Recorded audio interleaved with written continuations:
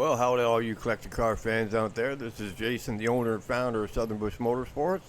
Look at here. We finally got Southern Bush Motorsports t-shirts. Be able to order them on our site. You can order them from here. It'd be nice if you, instead of getting some, asking for some contributions with the Patreon page, thought we'd give people a t-shirt instead. So what this Tales from the Bush is about Canadians and their cars.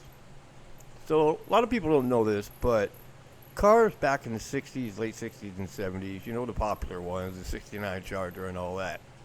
We built those cars.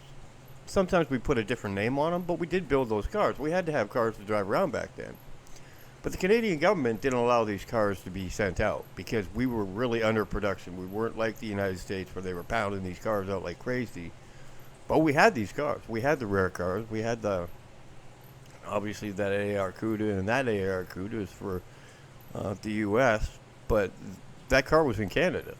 These cars were, a lot of the U.S. cars, cool cars, were sent over from Canada. I mean, look at that bad boy. That was in Windsor, Ontario, I think.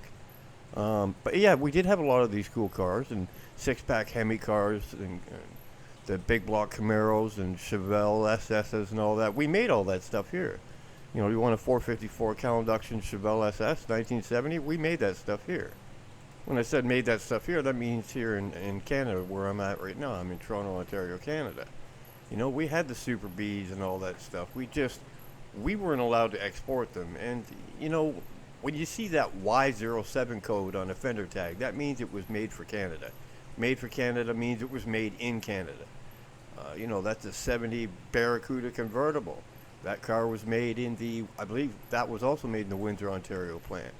You know, it's not a six-pack or a Hemi car, but, you know, we did have those cars. But one of the important things to remember is all these numbers that you see online about there were 7 of this made and 14 of this made, none of that accounts for the Canadian-built cars. None of it. So they're all different numbers, and the problem is with the Canadian government, it wasn't a stipulation to keep track of this stuff. So a lot of these manufacturers didn't. We really don't know how many of these cars were made. That says 70 Charger RT right there. That was in, I think, Saskatchewan. And that was made in Canada. And you also got to remember back in the late 60s and 70s, there was a lot of oil money here in Canada. And, you know, people ordered cars from the United States and had them brought up. And we definitely had some cool cars running the streets. I mean, shoot, I remember my grandfather driving me around in a 350 Camaro. It was a first of the second-gen Camaro. Look at that Super B just sitting there. And, you know what that is right there. That's a 70 Hemi CUDA. That was sitting in New Brunswick, I believe that car was. That was a completely numbers matching car, totally untouched. Completely untouched car, just sitting there. And although it looks bad, up in the northern provinces of Canada, you can see it's actually a very solid car. Up in the northern provinces of Canada, once you hit past minus 12, salt is useless. It doesn't do anything for the road. So we use grit rock, sand, crushed lava rock from a volcano, I think, up in the northern part of Canada. The 71 CUDA convertible right there.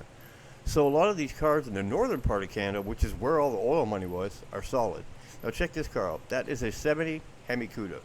Now, this guy preserved this car. It was a story I never even thought was true until I actually found out. This guy preserved this car in oil. That entire car is soaked in oil, motor oil. He didn't want the car to rust out. Here's the craziest thing. When he bought the car in 1971, he just drag raced it. You can see the tires on it. He just drag raced it. It's a real 70 Hemi CUDA. And when you see the interior picture, I'm going to tell you right now, look at the oil that's on the floor pans. There's probably an inch of oil on the floor pans. That right there is the original mileage on the car. You can see how the numbers are sitting straight, less than 2,000 original miles. All he did was drag race it. You just had a lot of money. Look at all the oil on the floor pans there. Isn't that crazy? He just put oil all over the inside of the car to preserve it. And you know what? As stupid as it sounds, it worked.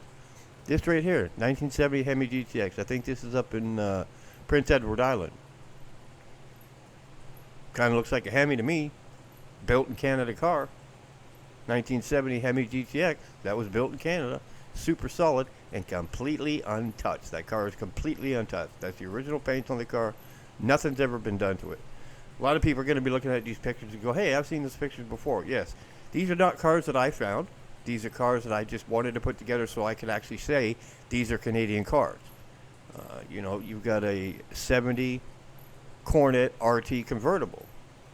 That is a real deal 70 440 RT convertible. You see that Y07? That car was built in Canada.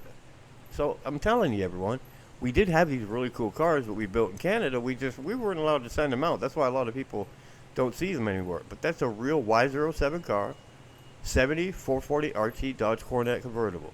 Super B's out the yin yang. That was a popular car up here because it was big. It held a lot of stuff in the trunk, and you know, people in Canada needed a big, heavy car, so we didn't slide off the road.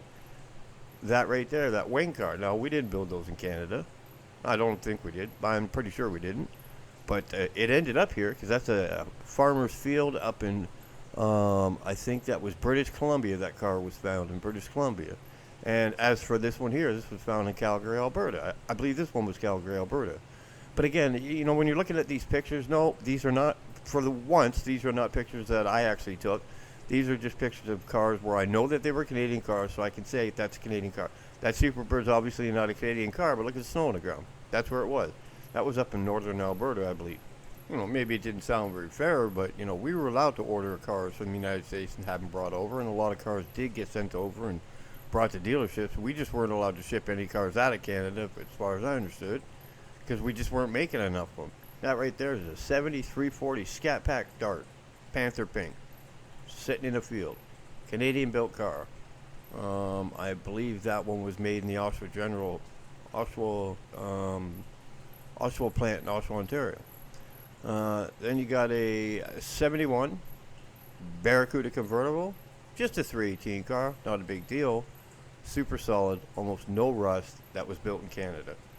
So we did build some crazy cool cars out here in Canada. We just kind of kept them to ourselves, you know, because we barely had enough cars to keep the Canadian people in driving mode. But you know, that's, like I said, you know, if you ever want to find a car and you're adventurous and you want to spend some time, a little bit of money, I'll tell you what, I could shake your head at the cars that are up here in Canada. Like, see right there, I think that's a 70 Cuda. You ever seen a vinyl top like that? 71 Cuda? I don't even think it was a big block car. But we just did weird stuff that we just normally didn't do. I mean, look at that. Have you ever seen a Cuda that looked like that? I'm not saying the stuff that we did was very good looking. I mean, I don't really find that very, very nice. But look at that whole bench seat, split buddy seat there. It's just, we just did some weird things. You know, this is a 71 six-pack Roadrunner that supposedly it was the only one that was ever done here. Who knows? But look at all these cars in the field. Super solid. You don't see rust on any of those cars. Of course, there was probably a little bit of rust, but, you know, most of the cars here were super solid. You know, 70, 383 Air Grabber Super B. You just kind of forget about the whole fact that most people didn't know that we actually made these cars out here. Like I said, we didn't make any of the super rare cars. I don't think we made any of the six-pack cars, too many of the six-pack cars or anything like that, but we definitely made some really cool cars that are just not registered in the book. It's another 70 Cornet RT convertible, 440. You know, and when you take a look at the car, it's a little beat up. And it's got some rust issues. That car was probably down in lower Canada. But, you know, the thing's just sitting out in the field. It's crazy. It's just absolutely crazy, some of the stuff that's out here. And the craziest thing about it is that people here in Canada aren't really the biggest people to go rush and restore cars because everything's expensive here. So a lot of these cars are still sitting out in these fields. You know, if you ever decide to make the trip up to Canada to go looking for a car, you know, just hit me up. I'll try to help you out wherever I can. I appreciate everybody coming by and checking out another Tales from the Bush from Canada, eh? And don't forget to like and subscribe. And don't forget, we also are selling the Southern Bush t-shirts. They probably look really good. Also got some hoodies. You can put it on pretty much anything, a coffee mug, whatever you like. But, you know, we're going to lead into a picture here with a hoodie. And we hope to see you again soon. Thank you for watching another Tales from the Bush.